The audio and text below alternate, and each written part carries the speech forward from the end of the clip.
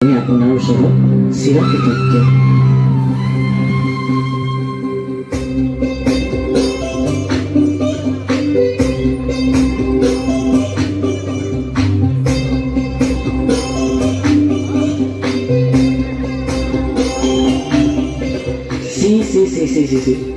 এগৰাকী ছোৱালী হৈ পৰপুৰুষক বঙহৰ দেৱী সম্বোধন কৰি চিনেমা কৰি দেখুৱাব আহিছ। আজিৰ পৰা তই বৰ ঘৰত প্ৰৱেশ কৰিব নোৱাৰ।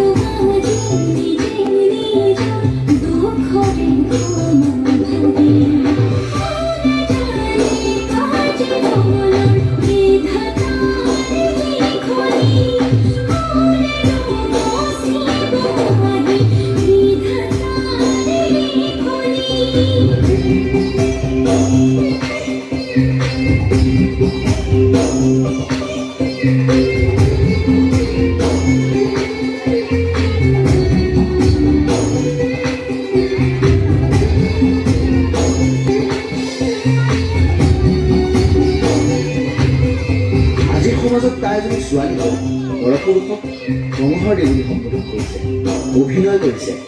তাই আমাৰ সমাজলৈ কলংক সানি আনিছে।